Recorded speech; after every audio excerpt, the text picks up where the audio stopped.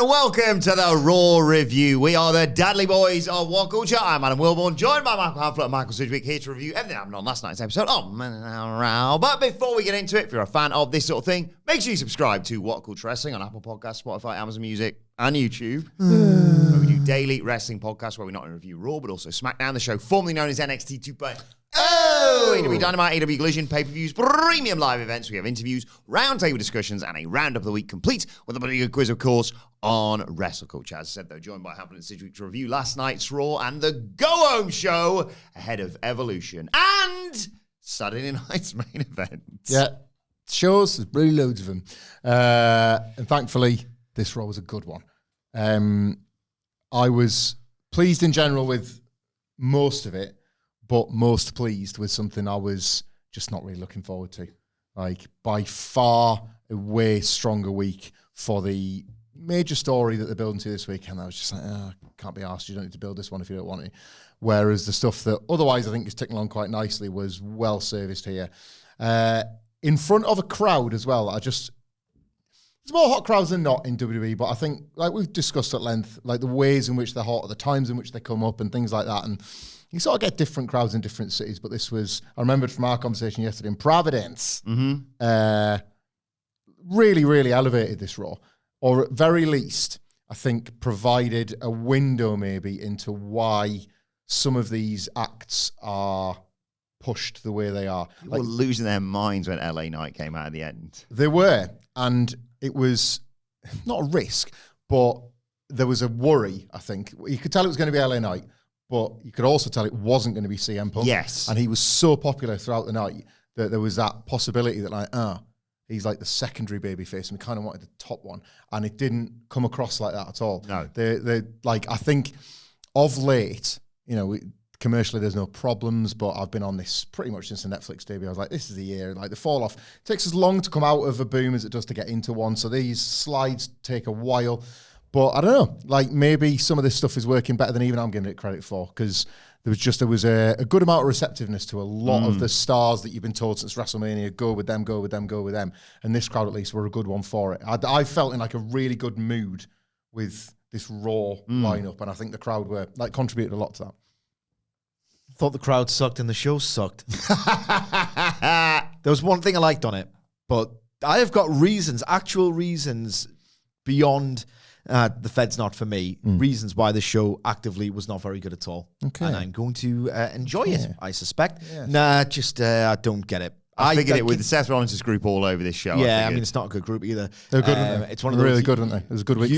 You will understand in the air. You'll have that thing in the air of, that was actually crap, wasn't it? Oh, you're always right, but I never want to think about that in the moment.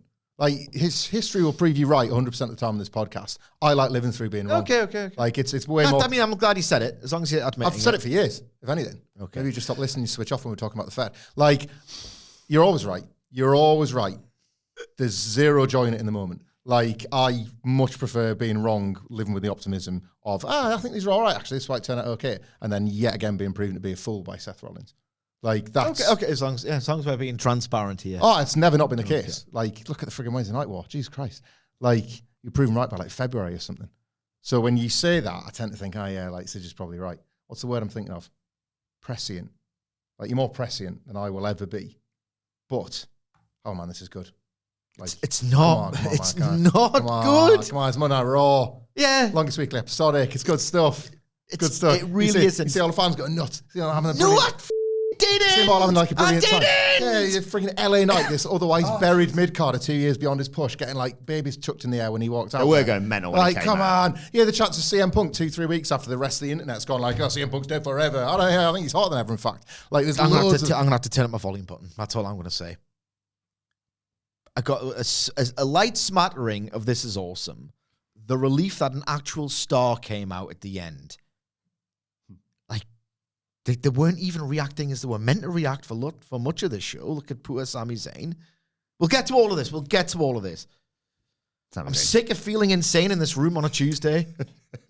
I thought this was the one, I watched this show and I thought, this is the one. I mean, I agree. We'll get there. So we start the show with people walking up to the arena, and then are we just calling them the Vision now? Just for my notes. The one, as I said What's yesterday, going on here? I said yesterday on the preview, they're just inviting our Seth's group again, or the Seth Riders. Come up with a name, because all you're doing is inviting people to create their own, and reflecting how not exactly amazingly white hot this is. They're not going to come up with, as I said, Seth Rollins' amazing stable. Do you think it's They're not doing that. Do you think whatever it is they've so desperately wanted has been held up legally? Trademarking, maybe. Yeah, like we'll call them the Vision for my notes. There we go. Because like Heyman, he got the Oracle off about 6 weeks ago, didn't he? Mm-hmm. And they've just sort of stuck with that. You know, he's always been an advocate or an agent or whatever, and he gets his bit, and yet the stable themselves, it's very, very odd. WWE, the branding company, have not just leveled this. I had a little theory about this. Oh, This is based on nothing apart from my brain. But there's, how many is that? Heyman?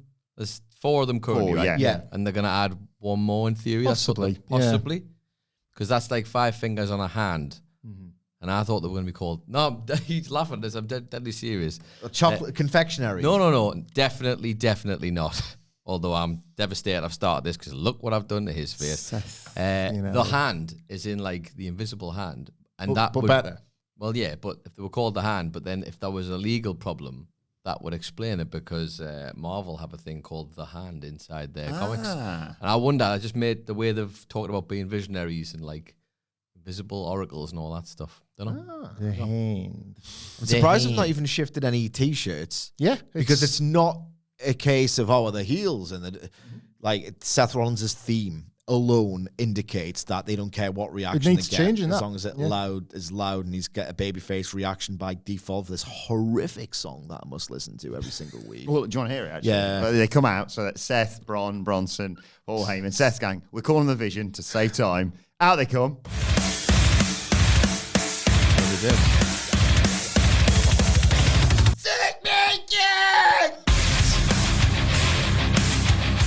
It's the hand. See? It all makes sense. Right. It's deep in the process when this happens as well, isn't it? Yeah. It's not 100. So obviously, everyone's seen it, obviously, and he stood in the ring. And Rollins asks for a microphone, and Heyman's about to give it to him, but then Bron Breakker just snatches it out of Heyman's hand, and he's got something he wants to get off his chest. I'm standing here in this ring because Seth Rollins and the wise man Paul Heyman have a vision for this business that has me, the face of WWE, for Every the next week. 2 decades. Bad. I have my own vision for WWE, and that's one without Sami Zayn. I don't like him. I don't like his ugly face. I don't like his stupid beard. I don't like his music. I don't like you people sing every time he comes out here. For the life of me, I will never understand why you guys cheer for someone who has the athletic ability of a dead fish. Someone who's never played sports, never goes to the gym, hanging on to do anything for dear life to get 5 more years so we can squeeze that last little bit of water out of the rag. Sami Zayn has an expiration date, says Bron, and I'm going to put a stamp on it tonight. I promise you, Sami, I promise. If you come walking down this ramp, I'm going to maul your head off, and you're going to be looking at the lights by the end of it. And understandably, everyone, including Seth, is slightly taken aback by the intensity here by Bron Breakker. I loved it. Yeah. But Seth's like, "You good, Breakker? Finished?" And then Bronson Reed's like, "Actually, I'll have a word as well, actually." And he says, "Simmer down, people. Bron is a tough act to follow, but so am I. I'm the man that hit Seth with 6 tsunamis, hurting him so badly that he built respect." Sorry, Bronson Reed telling an audience to simmer down. Okay, yep. You're speaking, are you? Right, I'm good. Yeah. So much so that Seth brought me into this group, brought me into his vision. Just call it anyway. And with that vision, I will get the respect I deserve. Jey Uso, yeet man, you don't respect me, so tonight I will tsunami the respect into you, just like I did Seth Rollins. Seth's like, "Paul, you want to have a... All yours, mate." And Paul Heyman does his, "Ladies and gentlemen, my name is Paul Heyman, and tonight the Empire strikes back." You know what? Scratch that. That's a blooper. The Empire tonight strikes first. And first on our list is Sami Zayn. I'm not going to try and follow that promo. If Sami hasn't hightailed it all the way back to Montreal by now, Sami, it's your ass, not mine. And he talks about Bronson Reed versus Jey Uso. Says, "I have love for my former Bloodline member, Jey, but let's be honest here. Roman Reigns don't got the balls to come back and stop us. The OTC is MIA, and after tonight, so will Jey Uso, all thanks to the master of the tsunami, Bronson Reed. Can they give up calling everyone the master of their own move? I feel like I heard this about 3 or 4 times throughout Raw. Sorry, carry on. Tonight, Seth Rollins, the biggest box office attraction in this industry, the man that pinned Roman Reigns in the main event of WrestleMania. Not the first time he's done that either. Kiss my ass. Seth Rollins will don the tights tonight against Penta. Hey, my amigo, you may be a luchador, but you're not going to do anything. Now, I'm neither young enough or hip enough nor bad enough or bougie enough to understand those stupid freaking hand signals that you do. But by the time you get stomped into the mat, you're going to be in no shape to do those hand signals ever again. And that is not a prediction. That's a spoiler. Seth's like, well, looks like you boys covered everything. One thing left to say, Providence, welcome to Monday Night Rollins. I'm watching this. I'm thinking, this is the one. Seth couldn't get a bloody word in. Sid will be happy. I thought you'd like that, yeah. Be pleased for a change. Like the Seth, and yet, I don't get why he would be down on this one. Like this to me as... I'll explain. Oh, you'll explain. Oh, I'm sure. I'll explain my actions. In terms of the opening promo, I was already just ready to stick a gold star on Bron Breakker. Oh. But by the end of the night, Oh my God. I was ready to stick a gold star on the booking because this was... I like how you treat this like a child's book from school because that's the level we're talking. It's wrestling school. AEW could do with attending once in a while. Like the Bron Breakker night, the Bron Breakker evening, right, as a whole, was this like textbook, picture perfect WWE. That's the f***ing crazy pills alarm. That's why you can never hear it. Like just a textbook star-making night. Yeah. For this babyface in waiting. Hence why the report comes out from Viper of Body Slam that basically, long term there, he's going to split from the group and golf on his own. I feel like that was just sort of... Welcome to I April. was going to say, like, obvious news. But I feel like that was like reiterated off the back of this. Well, but Raw this was a night. I mean, I felt this was to service Roman Reigns to come back. Yes. And Roman Reigns and Bron Breakker having this like capital M moment. Oh my God. I'd like In that. the I singles would be attack. less miserable about that than most things. I mean, Paul Heyman name checked him. So, like, there it is. And then on a night when Bron Breakker has this kind of night, and WWE, when they're like featuring somebody across 4 or 5 segments, different but same characteristics as well. So, like, my favorite is still to come from Bron Breakker, but like I couldn't get enough of him on this night, and you were kind of instructed to feel that way by this opening. But so funny. And like he doesn't even do sports like that. It's the best. Just popped me. I think like, it's my favourite right now. that's why, in advance of what I imagine will be some reasoned critique of the Sami Zayn thing, why that reaction was absolutely fine, because ultimately Sami Zayn is a sacrificial lamb here, which can be serviced in another way down the line. This was in service of the Bron Breakker push, as was most of the things we got here. Like Seth Rollins giving up the stage. Paul Heyman had a good night for a change. Bronson Reed never will, but he didn't embarrass himself. You know, he kind of like, he's there to be the less interesting Bron Breakker anyway. The heavy that will probably stick with Seth Rollins to the bitter end when the stable starts to implode.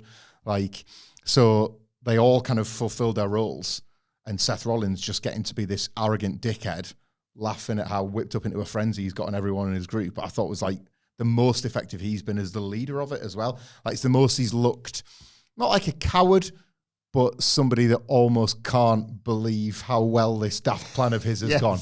Like, I thought he kind of owned a I've got different... the briefcase, I've got the maniacs, I've got the manager. Yeah, like this was so far removed from his grandiose, I am the king of all of this. It was almost like a glint in his eye that he hasn't had, where he's trying to be a bit more sinister when he does do these long, sort of drawn out Seth Rollins promos. For me, they told rather than showed it. This was a really good night for this stable in their actions as much as Bron Breakker's words. I thought it reeked. I'm not. I swear to God, I am not just saying it. I'm not, right? So I think what they were going for here is this idea, which I find absolutely laughable, by the way. It only exists because Roman fancies another elongated holiday. And if you kind of whisper it, they haven't done that great a job of elevating loads of talent away from the core group of headliners in this Levesque era. So it's like, oh, we'll go with Seth. So I think the idea first of all, the actual idea I thought was just such a crap execution for various reasons. none of which are really that important. I think this is more of a personal ick thing than what it actually meant in terms of how this functioned and how it was received by the people who matter, the fans in that building and beyond, right? Still think I might be ahead of them by several months, but we'll get to that. I think the idea was Seth Rollins and Paul Heyman are so, calculated. They've got such grasp of the vision. They're so prescient. They're such architects that can see so many steps ahead that they just do all the talking and the thinking. They couldn't foresee Bron Breakker grabbing the microphone and having something to say because that wasn't this master plan that these geniuses are capable of. So I think that was the idea. In and of itself, having Seth Rollins not talk 5 stars, obviously, right?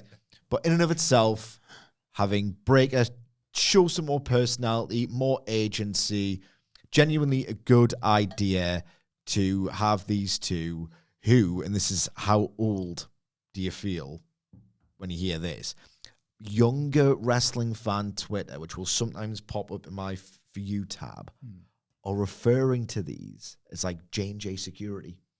But that's quite sweet. Yeah, you know, like they're a glorified J&J Security. I've seen this more than once. So I get it. Oh, these aren't just pin eaters. It's very sweet. Oh, my youth. Bodyguards. I had 2 kids when J&J Security. Yeah. B&B Security. That's what they get called. Anyway, so that idea was fine. Like almost everything else, Paul Heyman's face just ruined it. I'm sorry. I'm not necessarily saying that this applies to everyone who enjoys his work, because I know you two do on occasion. It's hit and miss for me, but yeah. I don't know, man. I'm trying to phrase this carefully. It's what a thick person thinks a clever actor looks like. Oh my, I can see it, therefore I'm noticing. Do you know what I mean? I'm going to, for the benefit of those on YouTube, I'm going to try and do an impression of Paul Heyman and how he was responding to the idea, shut up, man, of Bron Breakker showing some agency and that he wants the mic, right? Oh, sir. Seth, have you seen this? Oh, his reacting has been terrible for years. It's just the screen painting for those of you on just the podcast. Yeah. That wasn't in the master plan tonight either. What is he doing? His facial expressions completely undermined this. For me, nobody else cares. Everybody else who follows WWE, and there's loads of them because they're in a boom period, thinks he's some big genius. And I'm just this guy who gets the ick by this idiot's attempt to be clever. Okay? Yeah. He was a very clever man a long time ago, in my opinion, Paul Heyman. Oh, sorry. The dog is talking? He sold this as if Bron Breakker, who has been in some promos exclusively barking, they were treating this Bron Breakker can speak like he's an actual anthropomorphic dog who has just learned speech and the ability to communicate. He is talking? If that's all too cynical, I'm kind of doing it for the purposes of a joke. What was your read on Paul Heyman's reaction, and why did he have to react like that? Oh, he did. What was he doing? That's He was a poor performer in that setting. What do you think he was trying to do here? He was trying to illustrate that kind of shock, but a little bit of joy, a little bit of. Well, I read it more as he's snatched the microphone away from Seth.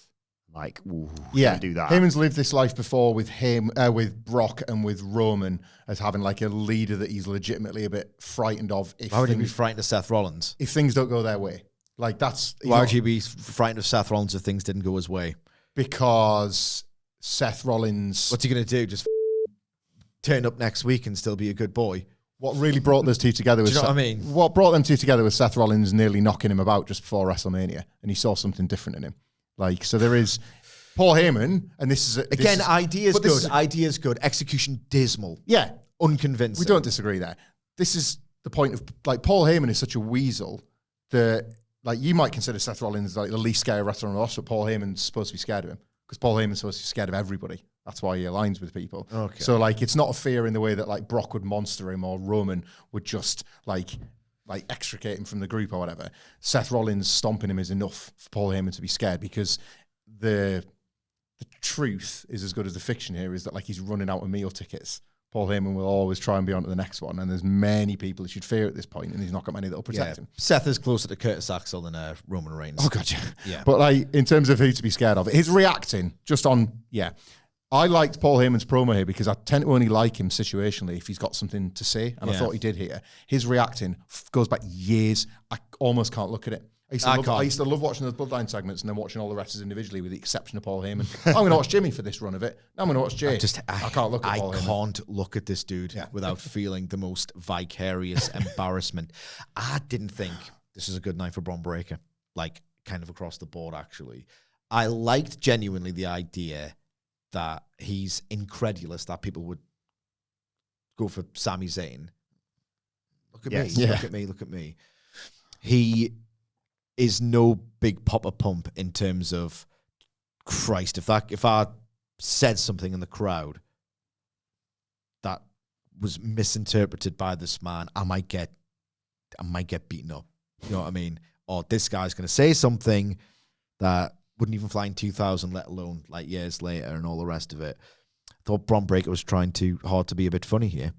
Okay. They've WWE'd him in my head, and that's when you're someone like me or someone who doesn't necessarily like this. He didn't come off as this incredibly intimidating, scary, intense jock. He was just trying to be a little bit funny. And I thought, before I forget, and I probably will, his monologuing in the match against Sami was diabolical as well. I thought that was funny. I thought in the match and then in the promo before it, I found myself laughing at Bron quite a lot tonight, which I don't want to laugh at Bron. I want him to do something so beyond the pale. I want like the specific laugh you get when you're watching like a black comedy or something you shouldn't be laughing at, because it's just so cruel that I like that. He should be doing things that are kind of incidentally funny from how cruel and vicious and threatening and intimidating they are. I think they're too far in that Levesque direction. I get that. I get what you're saying there. I think Bron Breakker, and this has been the case for a while, so when he has a particularly good or a focused upon week, I get the most out of him. I've just had like heart eyes for him, and I like all of it. Like, I don't know if this is one step away from getting him ready to be a game show host. Like, welcome to Monday Night Breaker. You can sort of already, but in doing so, like, the more that feels like it gets added to the Bron Breakker package, the more I like it, because it just feels like I'm still not convinced he's a WrestleMania headliner brackets general, Well, they are trying to force him down that path. Yeah. The more that they try, I don't get it. I think it'll work, and I think it'll work well, because a lot of the path isn't that different to how they forced him down that path as the NXT babyface. Didn't really bite then either. Well, yes, it took a heel turn, but he did own that show for as small as that was. And this does just feel to me like they've extrapolated it ultimately, and they've opened it up to the wider WWE, sort of like setting the Sami Zayn thing is kind of he's pretty much his main roster legacy opponent, isn't he, based on the stuff they did last year? And there's stuff hanging over from last year about why he'd hate someone like a Sami Zayn. It's not, I'll tell you what it isn't now. They can't, and there's no template for these things.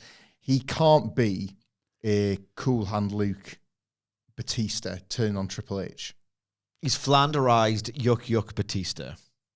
Yeah, maybe. But I think that sort of almost like wicked and devilish sense of humor side was what was in the early flashes of the Batista babyface turn. And you're not going to get that with Bron Breakker. But I'd say that's okay, because you should probably lean into what he's best at, which is the jock. Like, Batista did have that cool demeanor that was, he could be a jock, but that would feel faker than him being like a cool guy. The opposite is true of Bron Breakker. If you try and make him this like simmering, anger building, sooner or later I'm going to snap on you, Seth, I don't know if you'd buy that as much as don't piss him off once, otherwise he'll kill you. That's like thingy in the Rumble. I've already forgotten his name. Speed. Like, never met the guy, but within 10 seconds, like, you little prick. Like, there's my line, and now I have to kill you. Like, that to me is how you build this more than just the low level tension. Yeah, I don't know. Didn't find him particularly funny. I thought he comes across as a total dumbass for me. a total dumbass. Very similar thing is happening with Jacob Fatu as well. I've got different concerns about Jacob Fatu. Dumbass. They can't create a sophisticated, cool, badass character anymore. They are just idiots, dummies. But it's getting a little bit tense here. Should we agree to disagree on Bronson Reed being hopeless? 100%, Jesus Christ. Jacob's in it, like we talked about this on SmackDown. I hate you, Solo. Put that on it. I love that moment. If it's an interesting race to the main event to monitor at the moment, and these things are quite fun as a fan, I think Bron's sped in front of Jacob Fatu unexpectedly, and I blame the booking because I don't think Jacob Fatu's direction is very good at the moment. I don't sense that whatever they're telling him feels mixed. I feel like he's getting one bit of advice off Triple H, then another off an agent, then another off whoever his opponent is. Like he's a babyface because he's being cheered no matter what he does. But 1 minute he's like just a werewolf, a psychopath tearing things up. The other minute he's actually quite thoughtful. Then he's this like kind of all gas, no brakes, quite clean WWE babyface. I don't think there's one clear direction for Jacob Fatu. Whereas I would argue with Bron there is maniac. Absolute. I was, for the millionth time, watching Ahmed Johnson in the 96 Battle Royal where he falls out the ring nearly eliminating Goldust. Wilbourn loves. And I am getting clips in wrestling. I laugh every single time. Good. And that man, before the injuries piled up and he had to wear 28 knee braces, that maniac energy felt like the real deal. It's like they have got somebody here that is going to be the next big thing. And I get that from Bron Breakker. And I will. It's a wild example to cite. But I will surrender the point a little bit that Ahmed Johnson never became a superstar. He didn't, but I think that emotion that I felt of like, I want to go with this guy to the end of the world, and then ultimately injuries defeated him. Really, like injuries in the rise of Stone Cold Steve Austin, the biggest star. Like, but you know what I mean? Yeah. Like Bron Breakker is a guy at the moment that gives me those same emotions. The only thing I will sort of give you there on that is that WWE trying to harness that is what's going to take away from the chaos. Like, the one thing that's going to stop something feeling chaotic is when a wrestling booker says, let's create some chaos. Yeah. That's historically a problem, right? Like, chaos is so hard to manufacture. I think it's this is my last thing, and luckily I've got not much else to say about the rest of the program, really. There is one thing I liked. I just don't think it's the company nor the presentation style is a particular fit for the character. Following that, we go to the Judgment Day Clubhouse. Finn Balor is the happiest I've ever seen him, shining up all the gold that they've got. And then we pan out to see the rest of the gang, including a shrine / candlelit vigil for the late great Liv Morgan. She's not dead; she's just injured. And Raquel Rodriguez cannot believe what she's seeing here. And Roxanne's like, I just want to go, always be thinking of her, and it's for Dom, if anything. And Raquel's like, why are you doing that? She's like rehabbing every day. She's getting stronger every day. She could be back any moment. And Finn's like, well, I'm not sure about that. It took me 8 months to get back from shoulder surgery, and I'm pretty class, so I wouldn't hold your breath. Plus, it's a nice picture, so what are you complaining about? And Raquel says, a good picture of yours retaining the tag titles. You got to kick Kairi Sane's ass tonight, basically, Roxanne. Finn turns his attention to their tag team titles, of course, and JD suggests that they go and have a conversation with Postman Pearce about what's next for them.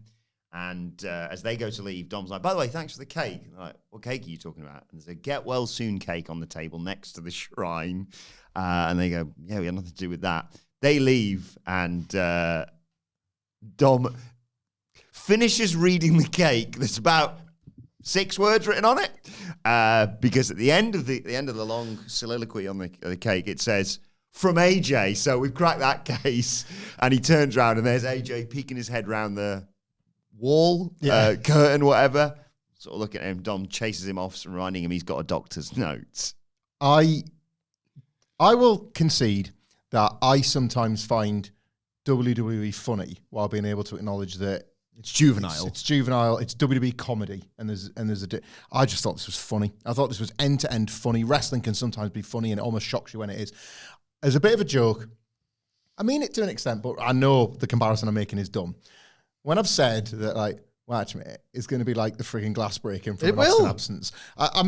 yeah, it's a lofty comparison, but in this version of WWE, there's an element of truth, I believe, to that. A bit like the Rhea Ripley ones were last year.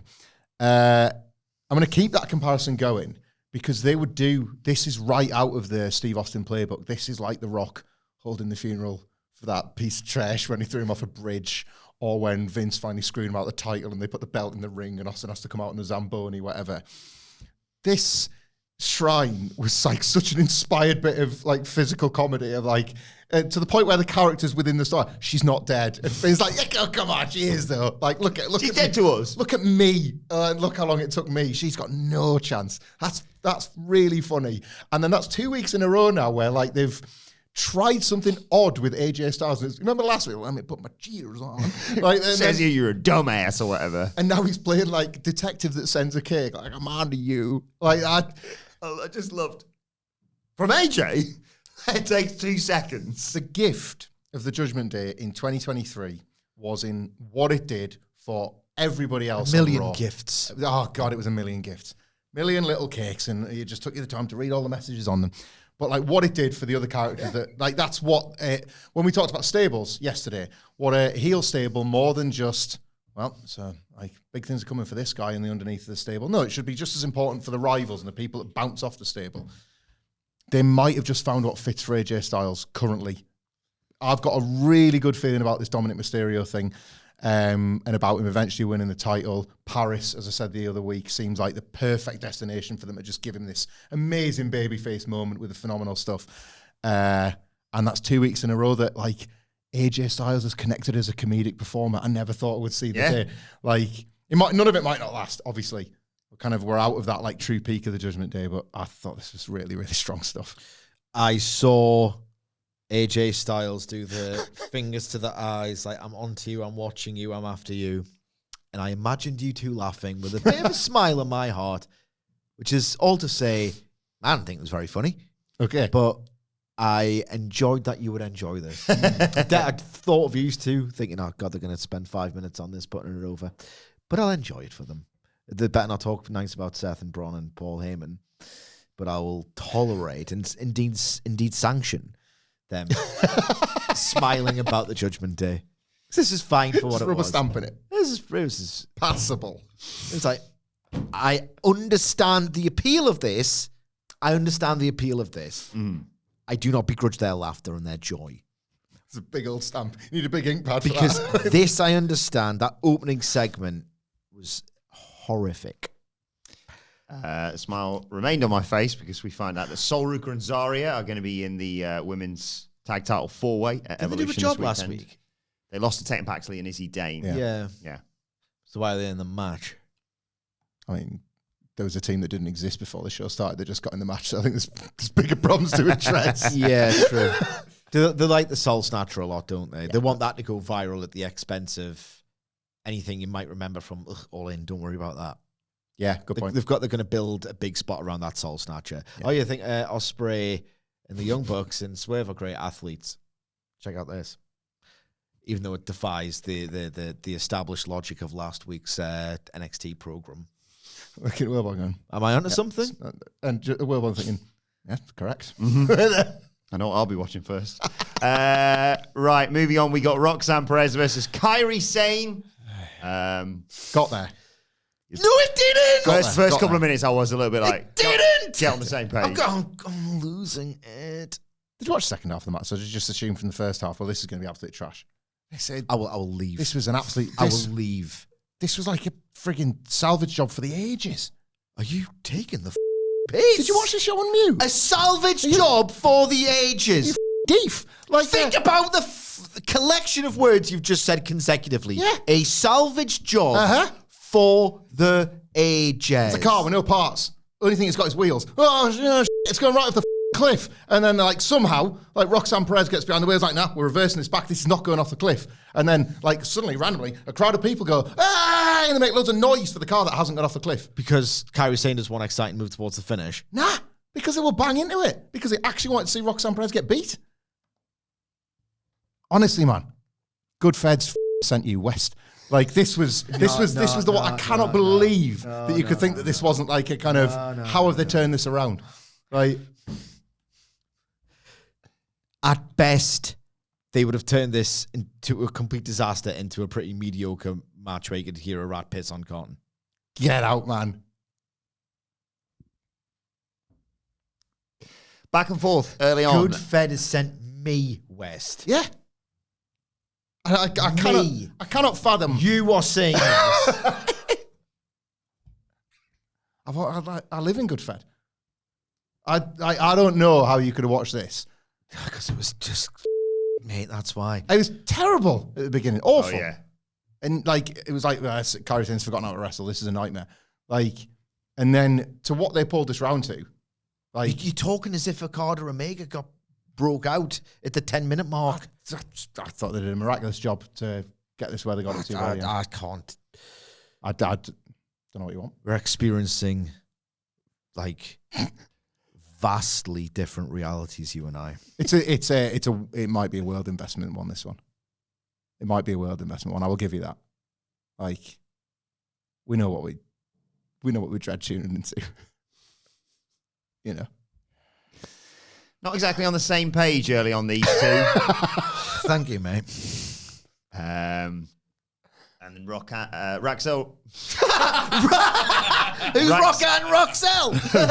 No, Roxanne Perez is mate. I've combined that I've combined that and Raquel Rodriguez into one person. Sound like two Ninja Turtles. Raquel Bebop, Rodriguez. Rocksteady, Rockard, and Raxel.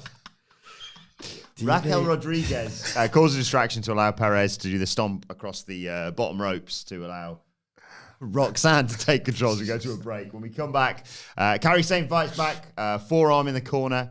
Roxanne gets out of the way of the insane elbow, kicks her in the face. There's a running uppercut to the back of Kairi's head, and a springboard moonsault gets 2 for Roxanne. Perez keeps trying to target the injured arm, missed on a corner charge, got hit with a boot from Kairi Sane.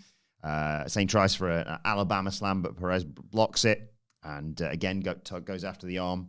Perez sets Kairi up on the top rope. He gets knocked down. Sane hits a diving forearm, an Alabama slam, goes up top, sets up the insane elbow, but Raquel Rodriguez pulls her partner, Roxanne, out of the ring. Is this the point where it gets amazing, or have I skipped too far? Oh, that was ages ago. You're missing the point where the crowd were like swelling. They were coming up for all these comebacks and hot moments. Kairi Sane takes out Raquel with a dive to the outside, and it looks like Roxanne's got it won with the pop rocks, but that gets countered out of nowhere into a pin by Kairi Sane for the 1-2-3. Post-match, the women's tag champs beat down Kairi Sane, but Asuka runs out to make the save. Raquel clotheslines her though, sets up for the powerbomb, but Kairi Sane saves her, and they both take out Raquel, and Perez gets hit with an insane elbow. And Michael Cole's like, "It's the Kabuki Warriors, you stupid idiots! The best in our division." Well, they've been for 3 years, and they're the number one contender. But that's not great. That's pretty lazy. Unlike the wrestlers in this match, they really came together with tremendous effort by the end. I feel like I'm bursting into tears. When you have the two commentators at separate points go, well, didn't get all of it. Yeah. Oh, There was one bit in particular that didn't get all of it, where it's like, it actually looked like she got all of it because Kairi Sane put her feet somewhere in the vicinity of Roxanne Perez's head, and Roxanne Perez went, well, good enough for me. I'm going to do a somersault, baby. Yeah. What the hell are we doing? There was like was it the kick? That sort of that axe kick? Aye. There was one bump. Grazed a navel. Like navel grazing. That's what this match was. It's excruciating to watch a wrestler bump off something that hasn't happened. And those early ones were rough. It's like to get cradle attempts that didn't really work. Oh. Yeah, 2 separate commentators at the beginning of the match and towards the finish are both going. Didn't get all of it. This mythical last 4-5 minutes of this match will be remembered in the same reverent tones as. Sorry, this is the last swear word because we have gone overboard. Apparently, Bret Hart versus Tom McGee happened on Netflix last night, and I went 10 seconds a little bit, maybe like 60 times. I think this is you got overexcited about Raw. Rat piss on cotton, botch City Jones. That, like, what a microcosm this is of. Yeah, there's been peaks of the Paul Levesque era that even I can't deny. Yeah. But broadly, what a microcosm of the Levesque era this is. Utter drivel. Early 2022. Total disaster. total disaster City Jones, and then Euphoric fixing in the middle bit. And then it got to something vaguely coherent but also mediocre. The Paul Levesque story. I'm in disbelief at your take on this match. Like, I'm in actual disbelief. I was waiting for us to sort of bury the first bit and then just sort of say, well, like, especially kudos to Roxanne Perez, who's been put in a few of these situations now. I suppose if you like her a lot, then I don't think makes the best of it. Like, it's going to have a lot to do with it. We've talked about this before. I think we view wrestling or the analysis of it through our investment in the characters in particular, or at least attempt to. I don't. What have you done for us lately? Yeah, definitely. More of an objective approach, I would say. Some might say. I don't know. I would say it's almost too much cynicism because you think almost most wrestlers do nothing for you ever. So like, not anymore. That's exactly. So that's going to give you a real difficult. That's an uphill. That's an uphill start, isn't it? I think we're kind of in a stylistic dark age, and I think in the fullness of time that will become apparent. Yeah. I do like Roxanne's, I don't know what it's called, handstand knee drop to the back of the head thing that she does. I do like that move. I like a lot what she does. I think they've got a long time for a 2-star match. You said, it's an interesting discussion. I like it. There's been a lot of that on this Raw podcast. That's why people tune in. That's why we're the number one wrestling podcast. You don't need to put a sticker on the cover. The Roxanne, you made this observation a while ago. I think it was after the Elimination Chamber that they're gonna Charlotte Flair her in terms of how much they're going to get behind her and push her for years and years, especially because her age obviously is such a benefit to them. I get it. And I think I get it more than I did with Charlotte Flair, even in her best years, when they were going hard with her quite early. So if you look at like 2014, 2015, it was all about potential. And then when she realised it, you kind of had to be like, I was wrong maybe. She isn't the female Roman Reigns. She was worthwhile to push. I think I see it in Roxanne Perez all the time. I thought it as a babyface, and I thought the heel turn in NXT was a massive waste of time. Hindsight, I might already be wrong on that front because it just feels like she's fleshed out everything before this main roster. She feels years ahead of her age as a main roster wrestler. And again, maybe that's like low standards on the main roster. Maybe it's, maybe she's sticking out because the standards are not as high as they were once upon a time. But I just feel like she's a total package wrestler. I'm really invested in her. And I love the story she's in. So I'm buzzing when Raquel comes out and it's like, here we go, stuff. Right? Here's my stuff. Here's my slap. Like, it's just like, here's my gruel. Off. Like, here's the stuff I like to watch with my free time that I also enjoy professionally talking about. Yeah. Yourself.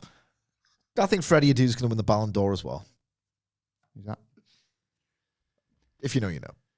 He's a prospect, American football prospect that never amounted to anything, basically. Oh. But very good on Football Manager, if I remember rightly. American soccer prospect, not confuse people. Yes. Oh, yeah. It wouldn't be American football. Or QB. No. He's a football. CF. British podcast, so it'll be a football. I love how I was trying to save the Americans there and you were confused. Good stuff. Thanks, everybody. Jackie Redmond chats to Sami Zayn about everything. He's got his tape ribs, about everything he's been going through. Zayn can't focus on his ribs or Karrion Kross. He's got so much to deal with, including Bron Breakker later on. And he walks off, and then Scarlett just shows up and doesn't have anything to say. She's just keeping an eye on him. Postman Pearce talks to American Made about El Grande Americano competing tonight. And Brutus Creed is confused because Chad Gable's injured. Don't know why he's mentioning him, but he gets a clip around the back of the head by Julius Creed. Shut up. Ivanhoe gets put into the Women's Battle Royal at Evolution, and then Asuka and Kairi Sane walk in, and they get added to the Fatal 4-Way tag title match at Evolution. The Kabuki Warriors are reunited. Trash, innit? Like, I know Liv Morgan's injury has caused a few issues. Chaos, isn't it? Yeah. They could have, knocking together multi-woman or multi-man matches in tournament settings especially has been, one of the highlights. Good on SmackDown when they did it with Charlotte and there's been Alexa. A few examples of how it's actually made some of the TV quite fun post-WrestleMania. Stakes.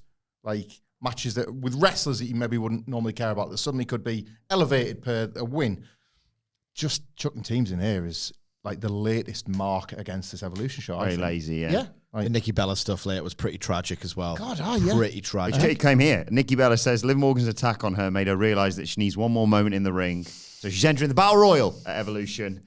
She wants the title opportunity at Clash in Paris, and she's going to prove to everyone that she is fearless. Poor.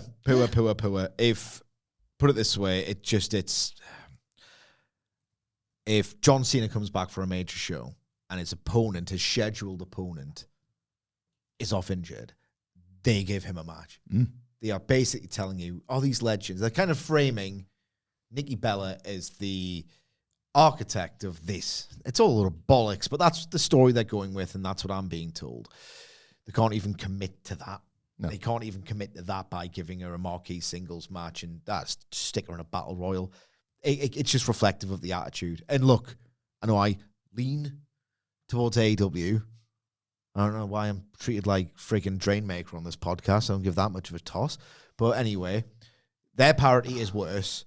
But let's not also say that WWE is this amazing factory of equal rights, because John Cena ain't getting bummed into a battle royal in a analogous situation. On the note of American Made, again, it's all right for them, I think, to be too stupid for their own good, because they're in the mid card. It's a bit of levity, you know.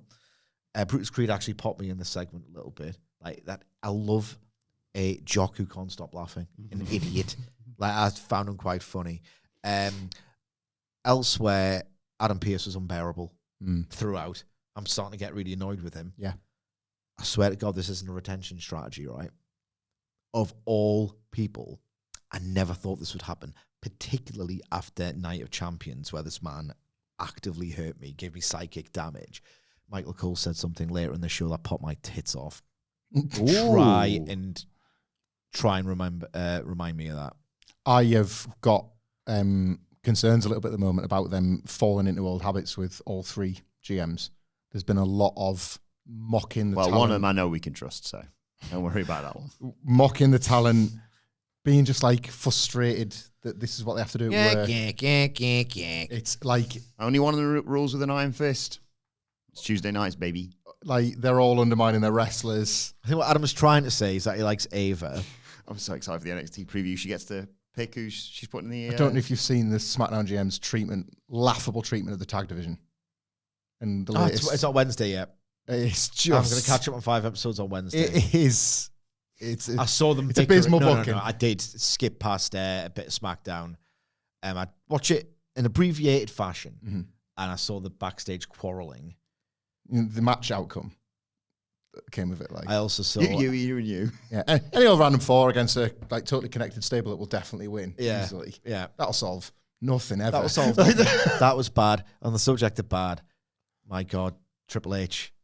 Do you not remember how embarrassed he got during that era? No one knows who the Way are. Let's have no interaction. Actually, you know what? For me, please bring on the interactions between Dexter Lumis and Johnny Gargano. I find it funny when you fail Big Nose. But for your own good, you probably want to stop doing that. Yeah.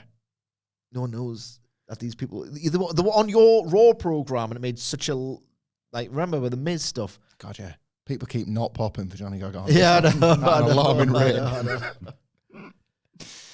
Then business really picks up, because Sami Zayn makes his entrance to the match, and as he's walking out, you can just see behind him, looming over him, Karrion Kross takes him out, beats him up, and there's Scarlett with the lead pipe. He nails him in the ribs with it again, holds it over his head to kill Sami Zayn. He's going to hit him in the brain with a lead pipe before officials and Hurricane and Jason Jordan and a lot of them get in there and back him off. And I think he said, I was only kidding or something as he was pushed away. Sami Zayn's out of the match. But no, he refuses. He will take this match with Bron Breakker anyway during the break, despite what Postman Pearce is saying. And Bron Breakker walks out in an orgasmic trance, as I was watching this. He sends Zayn into the corner, shoulders into the ribs, obviously. Rips the two-part in. I said this in the office earlier. I love Sami Zayn. I think Sami Zayn winning the world title is one of the big, big moments that, along with like Punk and Cody turning heel and that sort of thing, there's big things that WWE have in their pocket. And even I was like, yeah, kill him. I want to see Sami Zayn get destroyed here. But he fought back as Breakker set up early on for he suplexed that little twat around the ring a bit first. Sets up for a spear. But Zayn fires back with a clothesline. It's a double axe handle off the ropes. Goes for another one. Wham! Sit down. Graves and Cole are basically just like, yeah, stop the match, ref. But Zayn foolishly rolls to the outside, and Bron Breakker takes his moment, runs around, hits a super spear.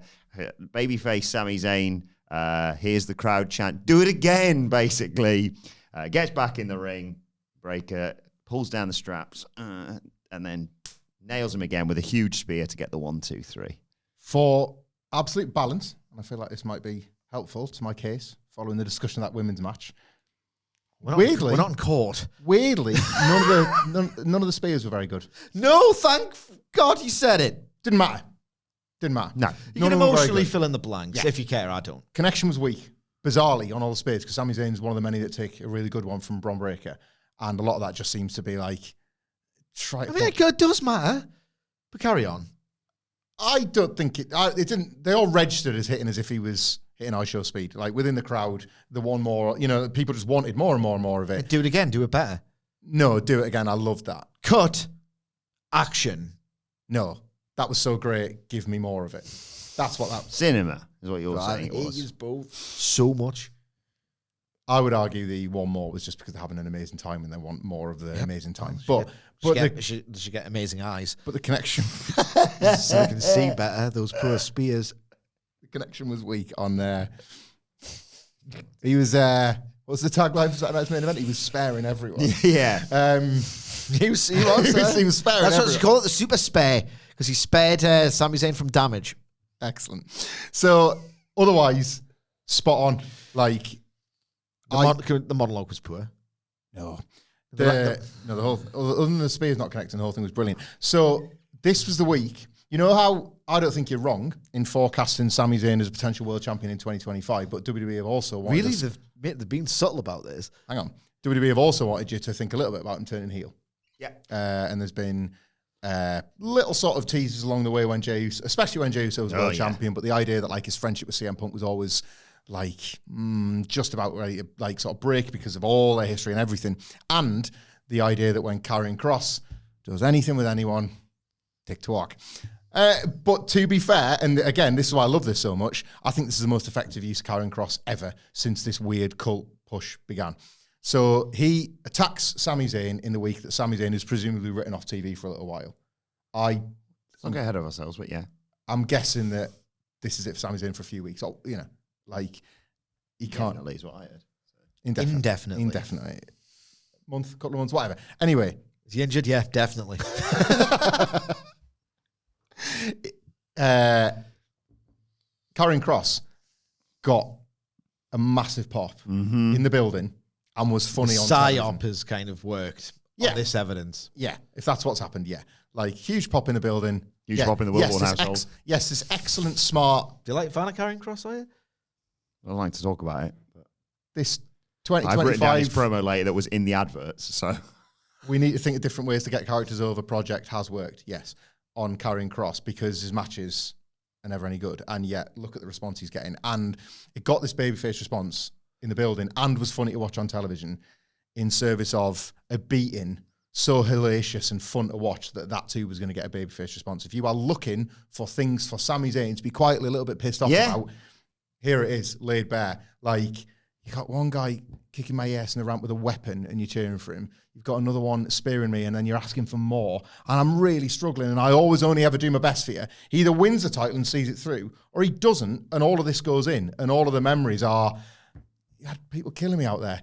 Nobody came to help me and all of you just turned on me because you're like your new favourites. Like there was quite a lot built in here for a potential Sami Zayn heel turn. And that's if he doesn't win the world title first. Like, and it was so... in spite, and this is my point about the Spears not mattering that much, it was so visually arresting and satisfying watching the multiple kick-ins that Sami Zayn sustained here. Like, I think it will stick along in the memory. And the fact that the Spears weren't that great this week, they're great. They're very, he's so hitty-missy. I think he's more hitty than missy. No, I think he's more missy than hitty, if anything. Well, I guess to agree to disagree. Ever since they started calling it the Super Spear, his spears are not as good as he used to be. Was it not Zayn on the aisle like 2 weeks ago? Oh, he can still do them. He's as good ones as he ever was. His rookie. No, there's been some duff ones A lot of tough ones, in fact. He's firing out like 10 a night, isn't he, as well? So, like, you know, there's going to be some stinkers as well. They're just saying, do it over and over and over and over again. And that's, I think, why... Practice makes perfect. That's what they say. So, if anything, you should be getting better all the time. What? How many ones, sorry, did Goldberg do in his prime? I don't know. Nowhere near as many as this. Like, nowhere near. Anyway, can I talk? Bron Breakker's a better all-rounder than Goldberg ever was. By, like, orders of magnitude.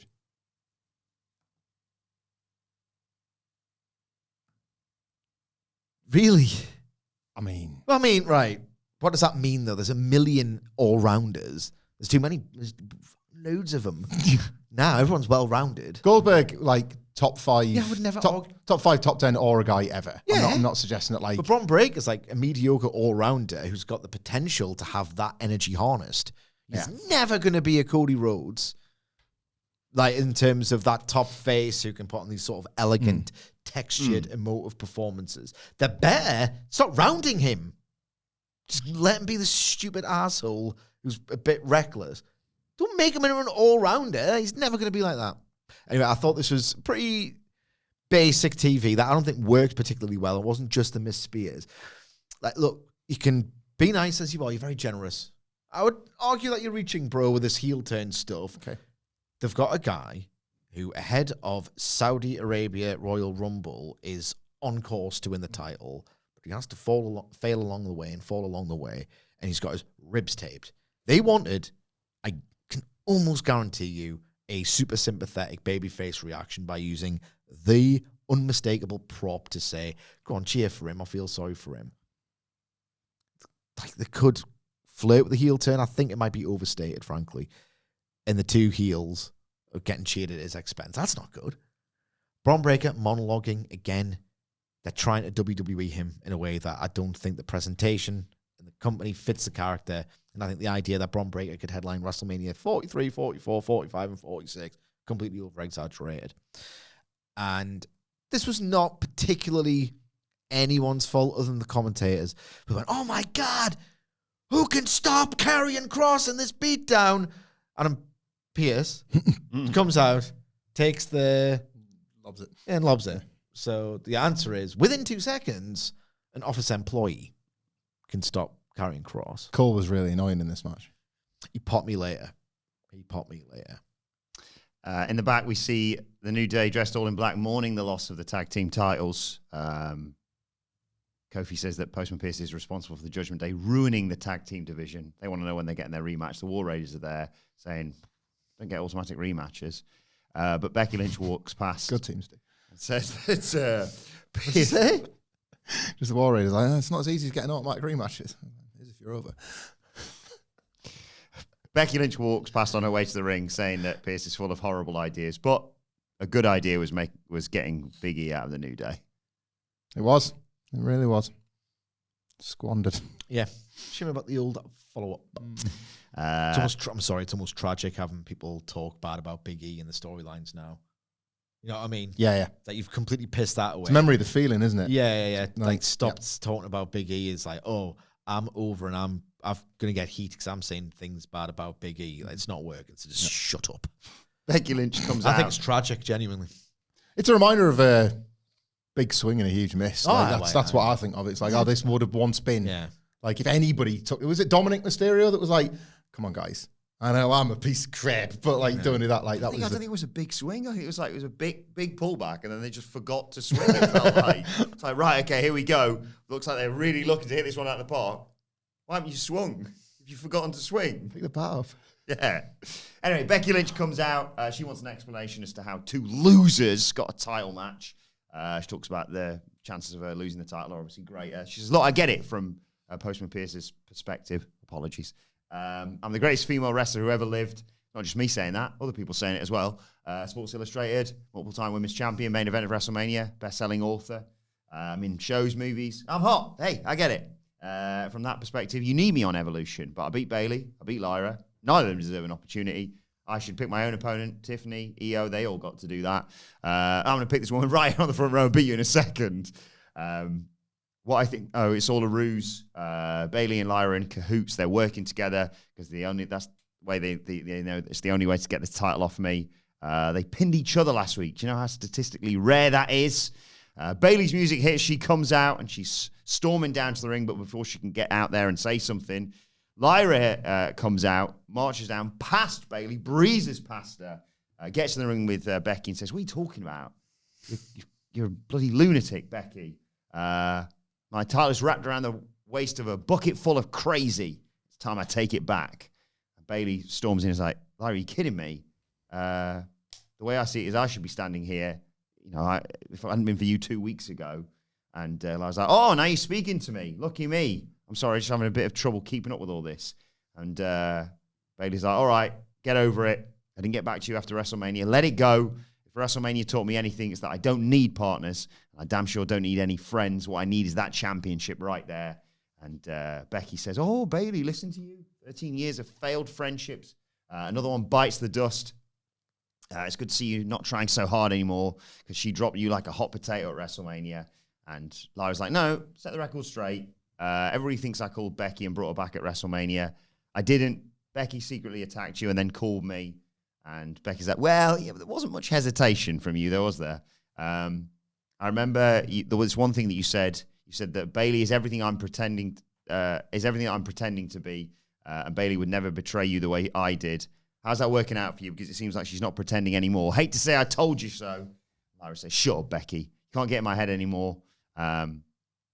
But she was right about one thing, Bayley. How nice is it for you to finally admit that you don't care about friendship when it comes to championship gold? That will make you just like her. Sunday Evolution, I have to rescue that championship from 2 massive disappointments. Bayley fires back saying, "You know what, Lyra? I sat right there, front row, watching you become the first ever women's intercontinental champion. I celebrated for you in that tag tournament. We get to WrestleMania. I stood on that apron and watched you put in the work, rise to the top, go to WrestleMania, become a double champ. And then I watched you lose that Intercontinental Championship, and you raised Becky's hand like a little bitch." And Lyra swings for Bayley, but ends up hitting Becky Lynch instead. And there's a big brawl between the 3 women. It ends with Lyra Valkyria hitting both Becky Lynch and Bayley with Night Wings, and standing over a fallen Becky Lynch and mockingly raising her hands, saying it will be the last time her hand is raised. Just a massively disappointing version of the thing I actually wanted, that could have been streamlined, that was really overthought. Lyra Valkyria, she's not going to win the title, I don't think, at Evolution, but what I wanted was for her to be the clear babyface. Make her the fans' choice to remove any ambiguity from Bayley also being a babyface and Becky Lynch just being popular and just being well-respected regardless of the character she plays. They got there, but Christ, they took ages and it was a really boring route. And like, the segment ended as it needed to, and it will presumably put the characters in the right places they need to be coming out of Evolution.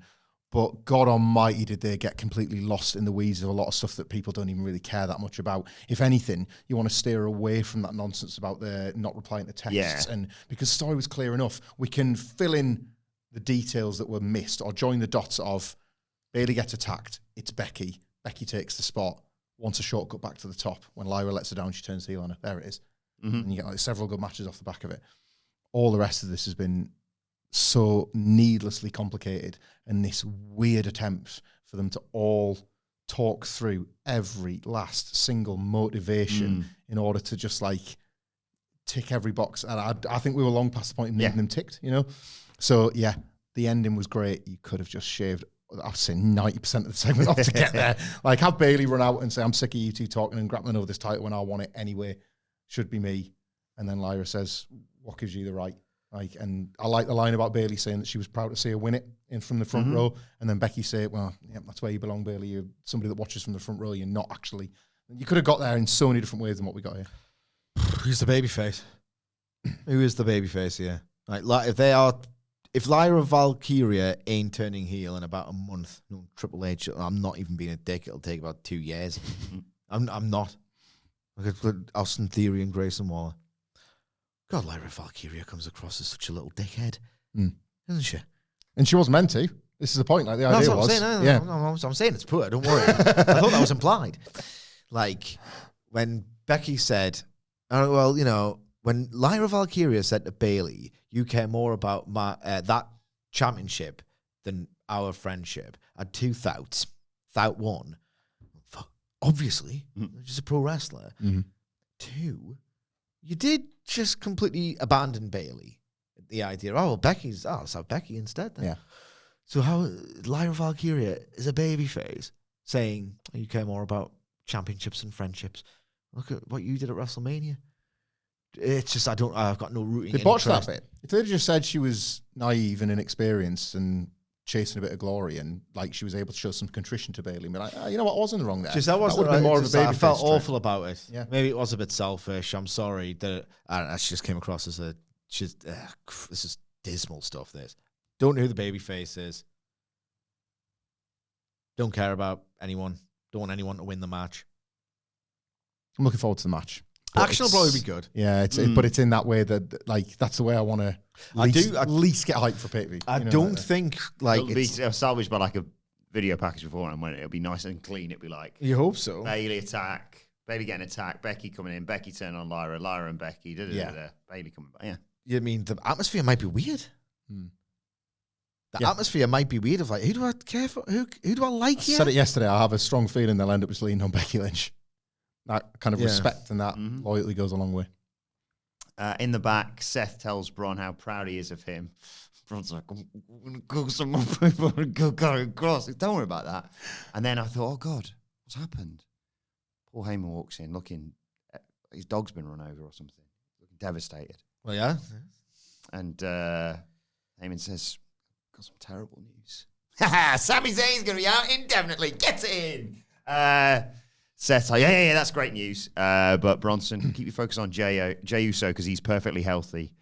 Bronson says, he won't be after I'm finished with him. Bron Breakker popped me with being angry with Karrion Kross. I really enjoyed that transference of his anger. Literally the next person he sees, how dare you get my fucking way? I'm going to kill him without you. I like that. Didn't hate that bit. On Bron Breakker, I'm starting to really hate that now Triple H has got this incredibly, this control over all the entrances must be the same. Like, you must do this, your taunt, your signature thing. It's all this stuff about WWE that just doesn't feel improvised or extemporaneous or alive or organic in any way. Bron Breakker's thing that he does, I hate it. It's like that's the literal Triple H playbook, because he used to just come out with a bottle of water and then it was like, drink it at these exact moments, spit it at these exact moments, and in his mind it's like, oh God, something's actually got me over. Yeah. I was always impressed how he could go like, rah, but to then go afterwards. Had a few spits. Never messed that up. No. I will say, have you ever seen the bit where Triple H and Stephanie, they're definitely together, and they're also they're having fun at work. Yeah. And she's doing the spit, and she just can't. She can't do it. She can't hold then the water in like that. And then it made me think, I don't think I'd be able to do that either. It's the best thing Triple H ever did. But on this Bron Breakker, where he puts his head at the diagonals and exhales and snorts and stuff, it's like, if you're expressing rage, right, the whole point is it's kind of meant to be this uncontrollable emotion that you can't regulate. The red mist has descended and you can't be responsible for what you do when you're this angry. You know, when you're this angry, do it in a specific way every time. Do you know, it just doesn't work. It's stupid, fake nonsense. Bron Breakker, if he headlines multiple WrestleManias, I'll show my arse in Fenix window. Put it on the board. I was going to say there's some arse receipts.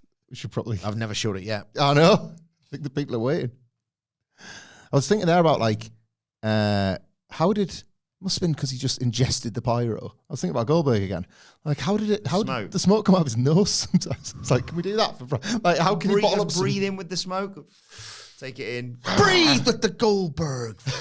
I'm going to say one swear during the Goldberg bit. Okay. Jey Uso, Bronson Reed. Pyro was there. That's very convenient, isn't it? The camera was there. The clear path was there. Yeah. Wrestling stinks, bro. Jey Uso sends Reed into the corner with a kick early on, but tries to Irish whip him, just gets flattened by Bronson Reed. But Jey hits some punches. Spin kick sends Bronson to the outside. Big dive sends him over the announce table. Jey clears the table, super kicks Bronson into a chair, kicks him over, sets up for another dive, and Bronson just chucks a chair right at Jey Uso as he tries for that dive. Obviously a disqualification. Post-match, Reed delivers on his promise, killing Jey Uso with several tsunamis before Again, Postman Pearce and his gang tell people, stop, he's already dead. It's one of the WWE cheat codes I didn't even get bored of in the Vince McMahon era, which is chucking those timekeeper chairs. Yeah. They're just funny, The unwieldy Strowman, items, aren't they? And it's like, it would always, it's the opposite of the barricade spot. That boring, predictable, I'm feeling the opposite of what I'm supposed to feel of this prop exploding. This is like... The only way that's a popper is if you're stood right next to it, because you're right, like, no one else gets to experience that. I wonder, if this was like a Nia Jax Lana table thing. Wait a second. Oh my Let's God. give that the respect it deserves, because You know, that like- was an amazing runner. It's just like after week 4, it's like, come on. Yeah. What did we come up with at the time? It outlasted Retribution. Yeah. It had a longer stranglehold on WWE than Retribution ever did. Then did you win Survivor Series or something random? Yeah, and then Lana was a sole survivor. I won. It's good stuff. So it was worth it in the end. I missed that 10 weeks. Because this one's almost as bad and no one agrees. It's weird. I wonder how Feel many like I'm going weeks insane. Big Baller and Bronson Reed could throw in like a timekeeper's chair like that before I was like, I've had enough now. I think I could get to 10 weeks. As long as they shoot it in such a way where it's like, oh, what's going to happen? Oh, bloody hell, it's a timekeeper's chair. I think I'd still be with Postman it. Pearce has to put him in chairs matches so he doesn't just keep costing. Yeah. We said one of these was going to be a Debbie Deeks. Yeah. This one was probably the one. Yeah. I'm certainly. keeping it short wasn't the daftest either. Tsunami's over. Like, I got to give Seth Rollins a lot of credit there. I think he might have given Bronson Reed years out of that move. A splash. A splash. Yeah. Like, he might, that one segment and how well agented that was, how well Seth sold it, the improvised Triple H, give him 6. Like, that rare case of, actually, no, bloody loads of them. The joy of 6. Yep, that exactly. He put years on Bronson Reed's career with that because this did scan as quite an effective. What's he doing to the top star? And it is just his big splash. It's Bronson Reed's big splash even. But that's, again, in the building, people are with it, and I kind of got away with this one for me. I will say, right, that Jey Uso did something good, and I was shocked. That super kick to the chair, there was a little bit of oomph behind it, and it was a cool, funny visual. And almost the second after he does something cool, the match gets thrown out, and I'm thinking, he literally just done something cool. And I think I temporarily body swapped with a WWE fan of like, is this how this product that I've been told is white hot and great, even though it's just mediocre slop, is that how I'm meant to feel? I'm meant to feel shortchanged by this match that I was actually halfway enjoying got thrown out. And then I got back to my senses and thought, you idiot. It means you no longer have to watch a single second longer of a Jey Uso match. And it was the Bronson Reed one. Double bubble. No, I mean, this worked as a DQ. Yeah. Oh, he did something cool. Oh, you prick. Mm-hmm. If you're a WWE fan, this must have hit hard. We get a hype video for LA Knight. Yeah. And his match against Seth Rollins is on Saturday. And there's also a really good video package. Who do you think wins? I think Seth might just edge it. You think? Right, okay. We should start doing that on this podcast then for the predictable matches to make it fair. Really It's going to good. be hot, though, based on what we saw, based on evidence. Really good video package for Rhea and Io at the Women's World Title match at Evidence is provided in a court of Raw. They're hammering home the I got him. inability of We got him, gang. the inability Ladies of and Rhea. gentlemen. The inability of Rhea to defeat Io Sky, basically, which is good. I thought it was good stuff. That That's the old Triple H. I like. Yeah, there he is. Find a thing. The match is the match, isn't it? Like that's it. Last week the promo proved that. It's like, oh yeah, this is the biggest one. And then they find this little detail about her not being able to beat her. Cool. Don't know who's going to win. I felt very smug with what happened next because you two have sat here for weeks telling me that El Grande Americano is Chad Gable. And then he walks out here against Dragon Lee, and all everyone can say is, it's not Chad Gable, too tall. So you must feel pretty stupid right now, huh? I sure do. The mystery. I feel stupid. The mystery continues. Every Tuesday, I feel like a complete moron. Who is El You know, I Grande resent Paul Americano? Levesque so much. I couldn't have had a better job. Mm. I've dreamed of doing this my entire life. This specific thing, I've told you the John Menzies story, PWI, the pictures of the book. Sean Mooney in a blazer for me. I wanted to be somebody there, being able to talk about I loved writing my stories. I like wrestling. I wanted to write my stories about wrestling, and here I am. That big-nosed prick makes it such a miserable experience. I don't know. Thank you, Papa H. Yeah, he took a 10 out of 10 job and he made it an 11 somehow. But yeah, the mystery continues. Who is El Grande Americano? Tidge. It's Ludwig Kaiser. Yeah. It's Indy Hartwell. Could be anybody. I feel like I'm watching 3 hours of Indy Hartwell watching these roles. That's how flat it is. Good lucha things from That's how flat the excitement levels are. Americano and Dragon Lee early on. Lee hits a nice diving crossbody for a near fall, but El Grande lands on his feet off a monkey flip, kicks him in the face, throws Lee over the timekeeper's area. That takes us to a break. When we come back, Lee fights back with a sit-down powerbomb for a near fall, goes after the mask, heel. Hits a running drop kick, does Dragon Lee, but can't get the win. There's a springboard blockbuster from El Grande for a near fall. But he gets caught in the Tree of Woe. Lee does that double stomp onto him, dives to the outside. But as El Grande gets back in the ring, he just sort of fixes his mask. Now he's got a proper sight of Dragon Lee. He hits a flying headbutt for the 1, 2, 3. It looked awesome, that. This Dragon Lee kid might have something about him, mightn't he? And there's some reps in the old PC.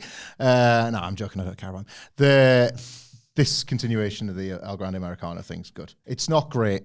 It's good. Ludwig Kaiser. Who? He's not been able to get anything going and keeping a close eye on it from the distance you see in the background. Oh, I've noticed him in the background, yeah. That's why I mentioned him. But he doesn't wrestle in the gear that we saw El Grande. Anyway, I think it's just like a decent continuation of... That's crap. Like fine mid-card stuff. Gable's better at all of this. It's what he's done. Stock in trade is like elevating mid-material and making it feel better than it is. I feel like this might be a period where it goes on pause until he's back. Just drop it outright.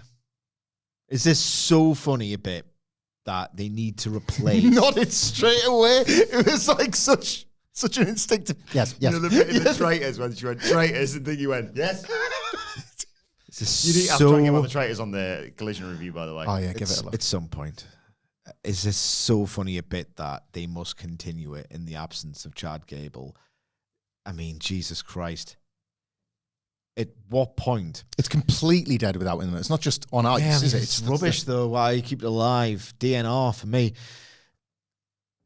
The whole point, surely the end goal, is the heroes who represent the great legacy of Lucha Libre will eventually topple this imposter, this disrespectful imposter.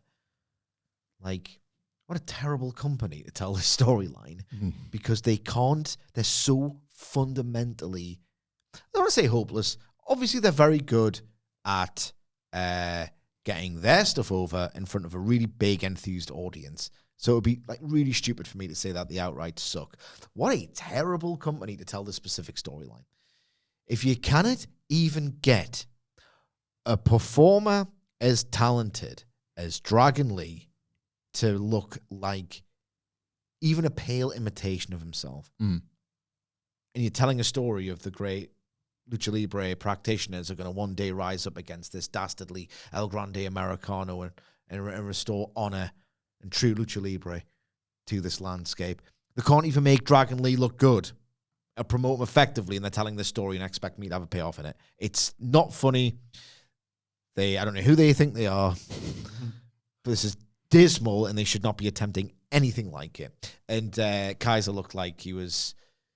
I don't know if it was more effective or less effective, considering the role he's meant to be playing. At the end of the day, he still beat Dragon Lee, cheating or otherwise. He looked like he was doing the first ever Lucha Libre class. Like, I've been doing European style my whole life. And then I got to the Fed. Yeah, you should probably round out that skill set, though. All right, Lucha Libre, I'll have a go. Any style. Yeah, European style, strong style. Yeah, and that's why they call him Ludwig Kaiser. But, it's... Yeah, he cheated to win, but it was pretty back and forth. He looked like Bambi on ice doing Lucha Libre. Is there any way that Chad Gable injury? He might have worked in Mexico.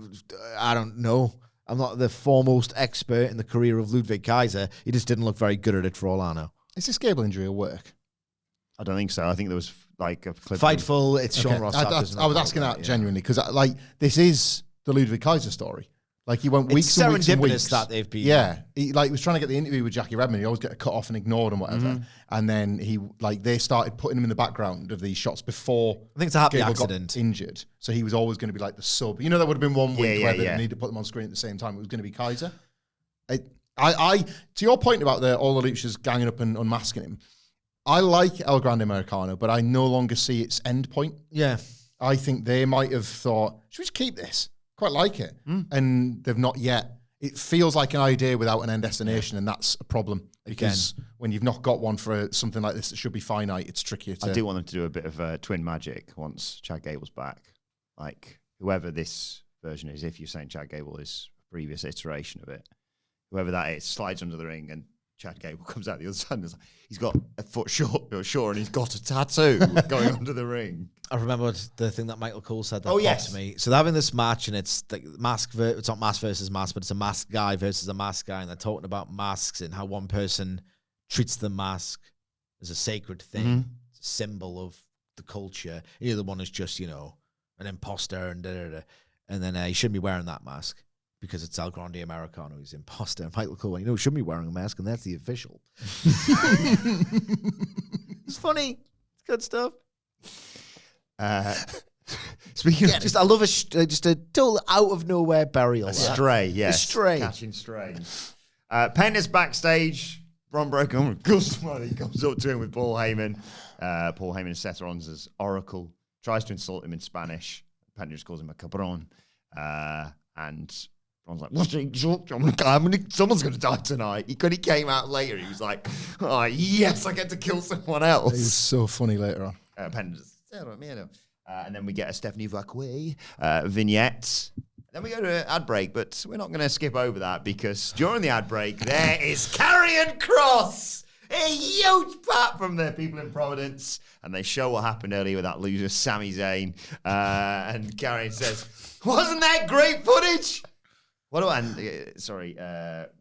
asked what he's got to say for himself. What do I have to say for myself? Well, but before he can say any more, he is drowned out by a "We Want Kross" chant from Providence. And he says, well, now you got me. And I got you, Sami. This is what's going to happen. Every single week you come out here, Sami. I'm going to come out here too. I'm going to blast your guts with a steel rod. That's what's going to happen. What do you think was going to happen? You beat me in Saudi and I just go away? Sami, it's very simple. All I need you to do is say, Kross told the truth. Until you do that, this is going to happen week after week after week because let's tell the truth, Sami. I am the devil they know versus you, the devil they don't. Oh my God. And that's why I don't think the heel stuff is just this thing we speculate on. Yeah. They're keeping it alive. Okay. They're keeping the ball in the air, even though it's a Karrion Kross commercial break promo, and you never know what the frig this guy's going to claim ownership Never of. put the brakes on more with that little timer. Normally I'm like, yeah, let's get to the next bit. Back we go. It just baffles me that they've got a WrestleMania headliner, enduring babyface, someone so strong that they might have held internal discussions about having him go over Roman instead of Cody, and obviously no one did in the end, but there must have been a conversation, you toss the old ball around and all the rest of it, and he goes on to headline WrestleMania, goes on to dethrone record-breaking Intercontinental Champion Gunther at the subsequent WrestleMania, and big things to Sami Zayn. He's like, top guys. Putting Saudi in the Rumble in Saudi to facilitate the elusive tippy-top main event push. Sami Zayn, oh yeah, he might lose to Sean O'Haire. So screw all those plans. It just ain't happening. It ain't happening. And if you could jingleize that stage, how would you?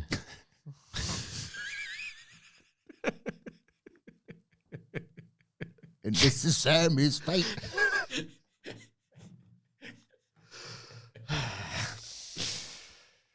Gunther's out there. Says he's going to defend his title on Saturday. Am I meant to say ladies' night? My head's broken. What should I say? Do whatever you want, mate.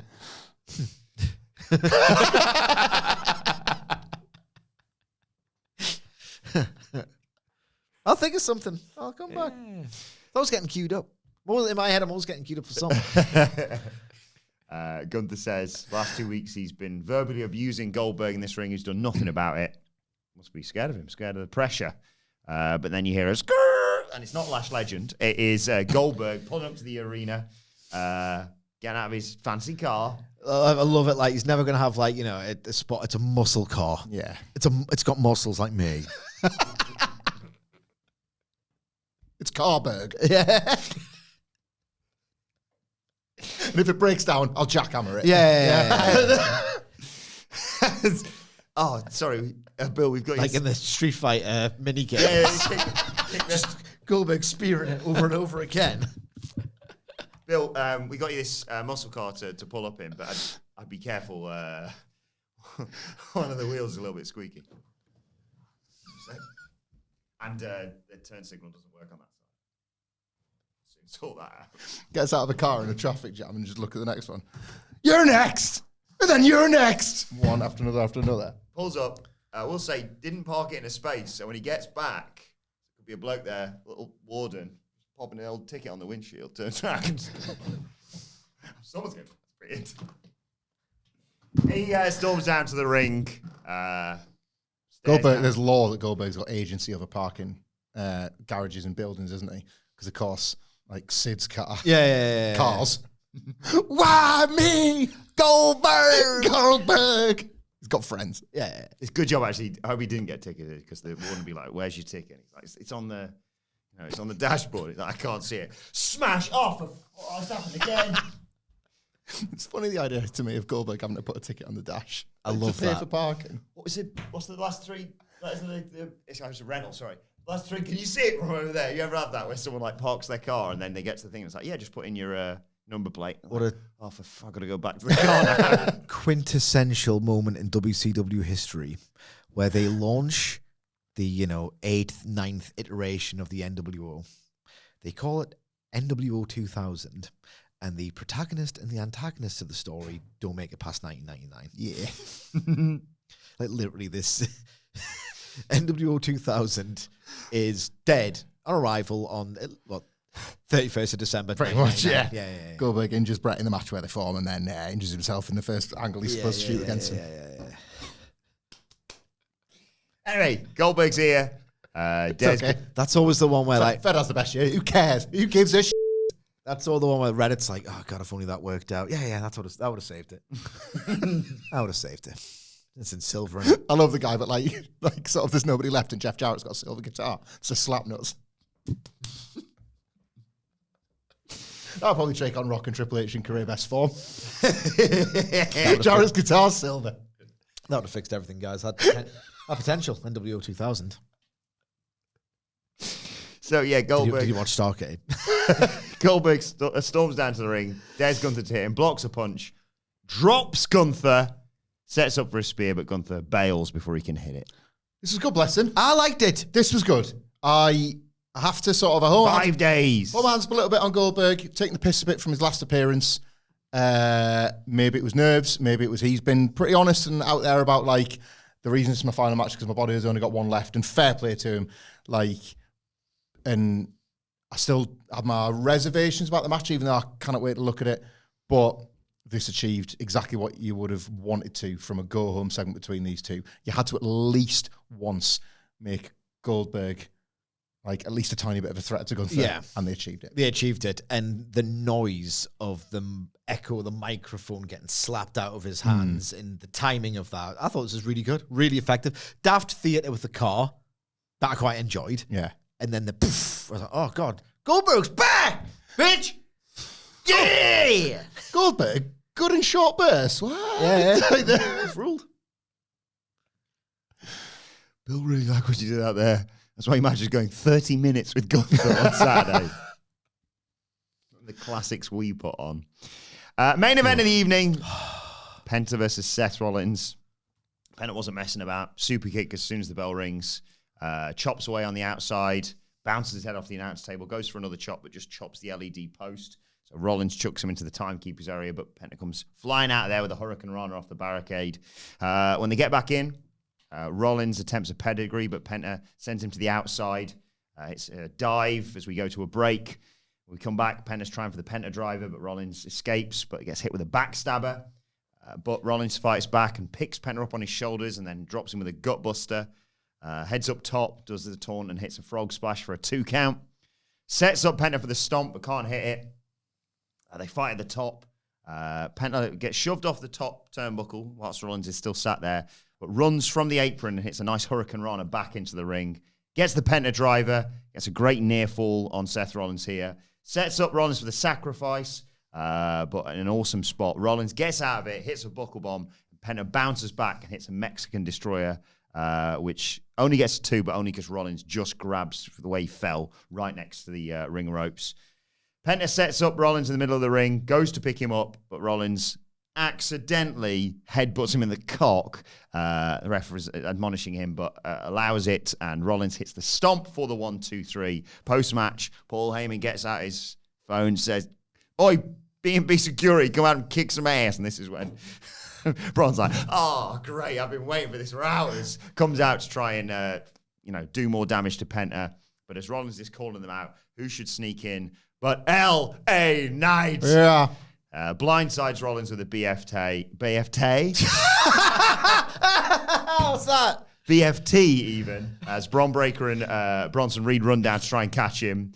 Bron Breakker spills over the barricade, as you pointed out to me. That's a funny one. Trying to catch up to him. But yes, LA Knight celebrates in the crowd with everybody saying LA Knight. Say, where do I start with this? It was mostly just a match. But yesterday on the preview, I said this was one of those nights you could tell that the booking here was one of those nights where they're looking for, it's that institutional thing, they're looking for Seth Rollins to go backstage and give somebody the nod if Penta could be a guy beyond what he already does in WWE. And I think Penta was probably successful in that. Yeah. They really got this audience by the end, and there shouldn't have been any doubt over who was going to win this, just looking at where they are currently. And Seth Rollins is wanting to take his revenge on Penta. But by the end, Penta looked to have so much, and we talk about wrestler ages quite a lot, and it's all about TV age versus actual age.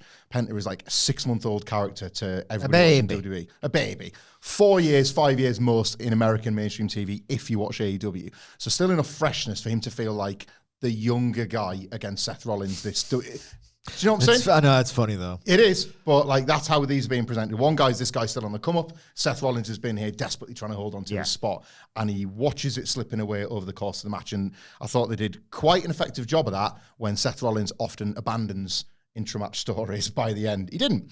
And I really liked the low blow finish, because this, to tie back to something that happened at the very start of the show, was exactly what Roman Reigns started doing when he first turned heel. Remember the forearm kick out? Oh no, I've got them right in the balls. Like, it's like Seth Rollins has come up with his own version of it, either as a like stealing out the playbook or because Paul Heyman's advised him to do it. And it's that little thing to think about Roman Reigns after he was mentioned in the opening segment, because his return is coming. And the way that Jey got Roman with it, someone who could be set up for the pedigree and do the exact same thing. Yeah. Just on that quickly, we took the piss out of it yesterday. What if the daft Saturday Night's Main Event tagline about spearing everybody is to foreshadow that Roman Reigns is coming back on that show as part of the Seth Rollins LA Knight match? Oh my God. You'd never see it coming. They've done it before. So, and yes, we've already waxed lyrical about this in the office and probably elsewhere on this podcast talking about Bron. But again, I'm going to call it Ahmed Johnson energy, where he runs to catch Penta so fast he falls out the ring and then nearly goes clean over the barricade trying to get LA Knight, so much so that all you see are his legs, and they have to cut to LA Knight, and when they cut back, Bronson Reed is still pulling Bron by his tights to try, because the seesaw is taking him all the way. That's that real kind of energy. Yeah. Like, that's the chaos that ultimately they will probably neuter a little bit because he's a dog. Get it? Good stuff. Good stuff in ways that I didn't necessarily expect, because I thought this was just going to be, I love Penta, but I thought this was going to be a bit bland. I got more out of it than I thought I would. Broadly agree. 80%, it's all right when we do it, AEW light. 20% at the finish, that outside in cross-legged head scissors. Oh my God, looked gorgeous. That buckle bomb destroyer combo got me. Penta's motivated, isn't he? Penta's motivated, I think. I think you can really feel something like a spark in his work. It's weird. Like, I don't know what a ceiling is, but I don't really ask such questions when I watched this. That buckle bomb, destroyer, counter, if you like, that fire up was really strong, and the near fall got me. Like a match like this, with a predictable winner, a predictable loser, is it the bare minimum, or is it really impressive if they get one near fall? I'll err towards really impressive if they get that one near fall, and it got me. I thought this was a strong bit of business. This not like match of the year caliber, TV match of the year, or anything like that. But considering I just thought it was going to be a moves match, it was a lot more effective than I thought it would be. Well done, Seth Rollins. You've done the bare minimum, sir. There's a stable name. Yeah. The bare minimum. Yeah. Let us know your thoughts on the main event and on the whole episode in the comment section below, or on X at WhatCulture WWE. Watch so you can follow all four of us. You can follow Michael Hamflett at Michael Hamflett. Follow Michael Sidgwick at M. Sidgwick. Follow our brilliant producer Adam Nicholas at It's Adam Nicholas. And you can follow me at Adam Wilbourn. Follow us all at WhatCulture WWE. And make sure you subscribe to WhatCulture Wrestling, wherever you get your podcasts from, for daily wrestling podcasts. We'll be back later on today to preview NXT. But for now, it's been the Raw review. My thanks to Hamflett and Sidgwick. Thank you for joining us. And we will see you soon.